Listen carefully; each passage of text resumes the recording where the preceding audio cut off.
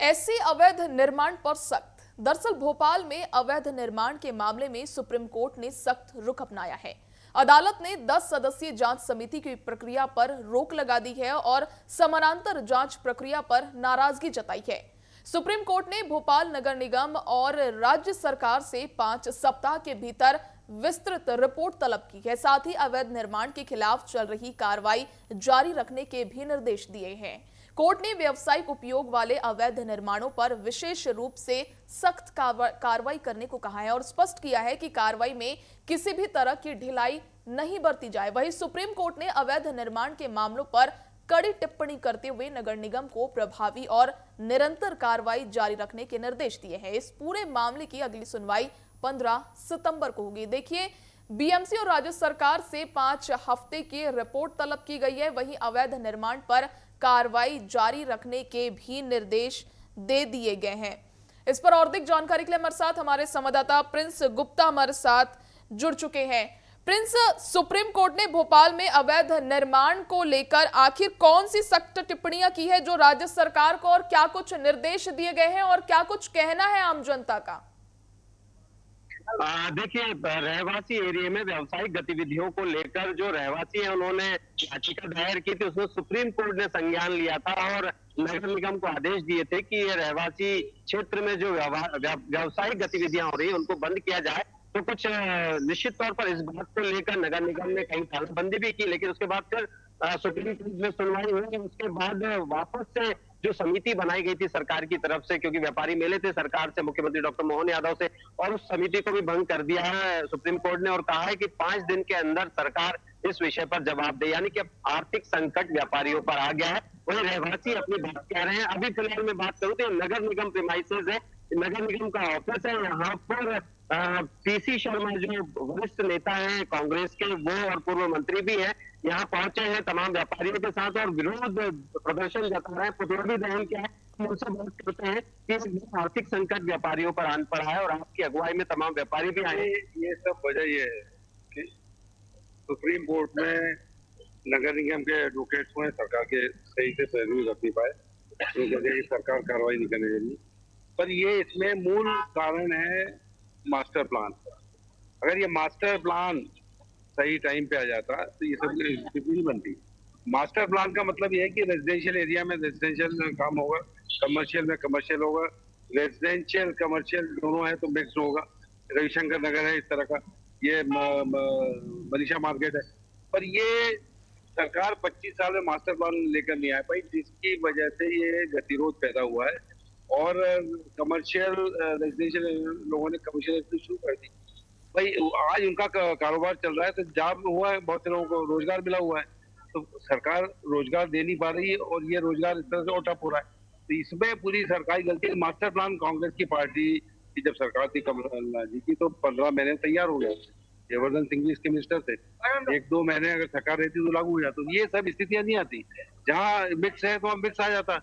पर ये सरकार की गलती की वजह से आज व्यापारियों को भुगतना पड़ रहा है और हमारा नगर निगम से भी वो है कि इन सब चीजों को, ये नगर निगम में महापौर है, चुने हुए पार्षद है, ये इस पे स्ट्रेस क्यों नहीं कर पाएगी? वो होना चाहिए भाई। आज हर कहीं हर रेजिडेंशियल में कमर्शियल में रेजिडेंशियल एक्टिविटी हो रही है। ये सब के लिए नगर निगम भी जिम्मेदार है और सरकार भी जिम्मेदार है। इसलिए हमारी मांग है कि तुरंत मास्टर प्लान लाया जाए और इन सब चीजों को मास्टर प्लान के माध्यम से सॉल्व किया जाए। सुप्रीम कोर्ट ने जो समिति सरकार ने बनाई थी उसको भंग कर दिया, 5 दिन के अंदर जवाब मांगा है अगली सुनवाई से पहले पहले। तब सरकार की तरफ से क्या निर्णय होगा? क्या लगता है कि आपकी सरकार इस सब का सॉल्यूशन एक ही है कि मास्टर प्लान लागू कर दिया तो तैयार रखा हुआ है। ये इसको मेट्रो सिटी और ये इसके चक्कर में न पड़े। ये भोपाल और इंदौर का मास्टर प्लान लेके आए, जो 25 साल से ड्यू है वो लेके आएंगे तो इस सब चीजों का सॉल्यूशन होगा। जहाँ मिक्स वो है तो लैंड यूज को चेंज करें, उसको मिक्स लैंड यूज कर दीजिए, तो ही प्रॉब्लम सॉल्व हो पाएगा। इसका और कोई तरीका नहीं। भी मंत्री थे कमलनाथ सरकार में और उसके बाद भी कई चीजें ऐसी हुई है कि जो कहीं ना कहीं रेजिडेंशियल लोगों को, जो लोकल रहवासी है, उनको भी परेशान करती रही है। उनकी भी गुहार है, तो उसको किस तरह से देखते हैं? व्यापारियों की बात तो है, रेजिडेंशियल लोगों को जो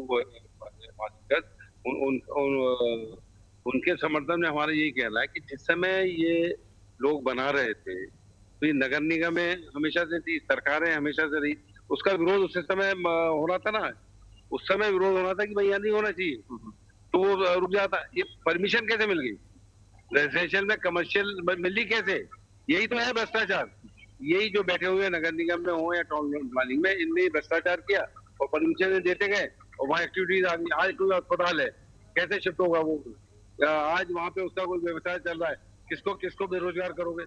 तो ये कुल मिला के शासन की गलती है, शासन का फेल्योर है, नगर निगम फेल्योर। जी बिल्कुल। तो ये तो थे पूर्व मंत्री पीसी शर्मा, जिन्होंने कहा कि ये शासन का फेल्युअर है, तमाम व्यापारी भी उनके साथ थे और निश्चित ही कांग्रेस और पूर्व नेता पीसी शर्मा इस लड़ाई को लड़ रहे हैं। और स्वाभाविक भी बात है कि जब यहाँ पर रेसिडेंशियल एरिया में कमर्शियल एक्टिविटी शुरू हुई, तब नगर निगम क्या कर रहा था, पूर्ववर्ती सरकारें क्या कर रही थी। और स्वाभाविक है कि तमाम सरकारें जो पहले की हैं, जो इस तरह की परमिशन देती रही, नगर निगम जिनके अंतर्गत काम करता रहा, वो भी इसके लिए जिम्मेदार है। अब आर्थिक संकट आ गया है व्यापारियों पर, यानी कि व्यापारी अब जाए तो कहाँ जाए, और जो रहवासी है वो भी कहीं ना कहीं चिंतित है कि जहां वो रह रहे हैं वहां पर कमर्शियल एक्टिविटी शुरू हो गई है, तो अब उनका रहना दुश्वार हो गया। लेकिन सुप्रीम कोर्ट के संज्ञान के बाद स्वाभाविक है कि जब उन्होंने ये संज्ञान लिया सुप्रीम कोर्ट ने और आदेश दिया सरकार को कि आपकी बनाई समिति को भंग किया जाता है और 5 दिन में इसका जवाब चाहिए कि आप क्या कार्रवाई इस पर कर रहे हैं। लेकिन अब देखना यह होगा कि व्यापारियों का संकट एक तरफ है, दूसरी दिक्कतें रहवासियों की है,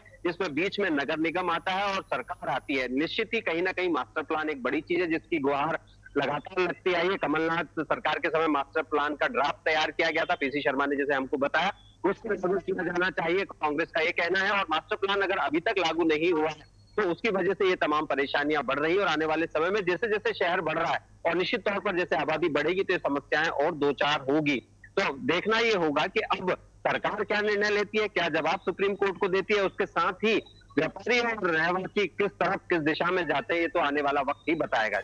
देखिए प्रिंस, ये जो तस्वीर जो भी भोपाल से निकलकर सामने आई है, सेम यही तस्वीर कल रतलाम से निकलकर भी सामने आई थी, जहां पे अवैध निर्माणों को ध्वस्त किया जा रहा था। वहां पे तमाम लोगों के घरों को, तमाम फ्लैटों को, तमाम कारोबार को ध्वस्त किया जा रहा है, उन्हें खींच खींच कर बाहर निकाला जा रहा है। कहां तक सही मानते हैं आप इसको कि लोगों को, क्योंकि उन्होंने ये भी कहा है कि वहां पे वो कई सालों से रह रहे हैं, डॉक्यूमेंट भी उनके पास बने हुए, फिर भी सरकार ये कार्रवाई कर रही है। 15 सितंबर को होने वाली अगली सुनवाई से पहले प्रशासन को कि क्या कुछ उन्होंने दिशा निर्देश जारी किए हैं ताकि आम जनता उसका पालन कर सके, और ये कहां तक सही है कि प्रशासन उनको घसीटते हुए बाहर निकाल रहा है? देखिए अभी तो जो गेंद है वो सुप्रीम कोर्ट के पहले में है। सुप्रीम कोर्ट ने फिर से सुनवाई की है 5 तारीख को और उस पर ये आदेश जारी किया है और कहीं ना कहीं सरकार को इस पर ताकीद की है कि 5 दिन में वो अपना जवाब पेश करे, 5 दिन में ये बताए कि आखिर सरकार इस विषय को लेकर क्या कार्रवाई कर रही है। लेकिन अभी सुप्रीम कोर्ट ने ये आदेश जारी किया है, ये कहा है सरकार को, अब देखना ये होगा कि सरकार क्या करती है, नगर निगम को क्या आदेशित करती है और नगर निगम फिर उस पर क्या कार्रवाई करती है। अब बात वही आती है कि संकट दोनों तरफ है, इस संकट का निदान है मास्टर प्लान। अब मास्टर प्लान आने में भी समय लगेगा, यानी कि एक दिन का काम नहीं है और व्यापारियों का जो व्यवसाय है वो सालों से जमा है और गलत रहवासी भी नहीं है क्योंकि वो सालों से रह रहे हैं। 25 साल से कोई व्यापार कर रहा है तो 50 साल से कोई रहवासी वहां रह रहा है, तो मतलब रहवासी और व्यापारियों के बीच की इस लड़ाई में नगर निगम बीच में है जिन्होंने गलत परमिशन दी और वही सरकार भी इस पर मौन रही, वो भी एक सवालिया निशान खड़ा होता है। और अब सुप्रीम कोर्ट के जो पहले में ये गेंद आई है तो अब सुप्रीम कोर्ट को ही आखिरी निर्णय करना है कि सरकार को सख्त हिदायत देती है या कहीं ना कहीं इसका बीच का रास्ता निकाला जाता है कि जो चीजें हैं लैंड यूज के हिसाब से उसको कितना चेंज किया जाए। क्योंकि गुजरात मॉडल की बात हमेशा होती आई है कि गुजरात मॉडल 2022 का यहाँ भी लागू किया जाए, व्यापारियों की भी ये मांग है। देखना ये होगा कि व्यापारियों की बात को समझा जाएगा या रहवासियों की बात को रखा जाएगा, ये कोई तीसरा रास्ता जो है सरकार की तरफ से निकाला जाएगा। अभी कुछ दिखाई नहीं दे रहा है, धुंधलापन है इस पूरे वाक्य पर, इस पूरी व्यवस्था पर। अब देखना ये होगा कि आने वाले 2, 4, 10 दिन, 15 दिन में या 5 दिन बाद सरकार क्या सुप्रीम कोर्ट को जवाब देती है और सुप्रीम कोर्ट उस पर और अगला एक्शन क्या लेती है। चलिए, बहुत शुक्रिया प्रिंस जुड़ने के लिए और तमाम जानकारी के लिए। तो बताते चले कि भोपाल में अवैध निर्माण के मामले में सुप्रीम कोर्ट सख्त रुख अपना लिया है। वहीं अदालत ने 10 सदस्यीय जांच समिति की प्रक्रिया पर रोक लगा दी है और समानांतर जांच प्रक्रिया पर नाराजगी भी जताई है। वहीं सुप्रीम कोर्ट ने भोपाल नगर निगम यानी बीएमसी और राज्य सरकार से 5 सप्ताह के भीतर विस्तृत रिपोर्ट तलब की। अब यह देखने वाली बात होगी कि 15 सितंबर को होने वाली अगली सुनवाई में क्या कुछ बातें निकलकर सामने आती है।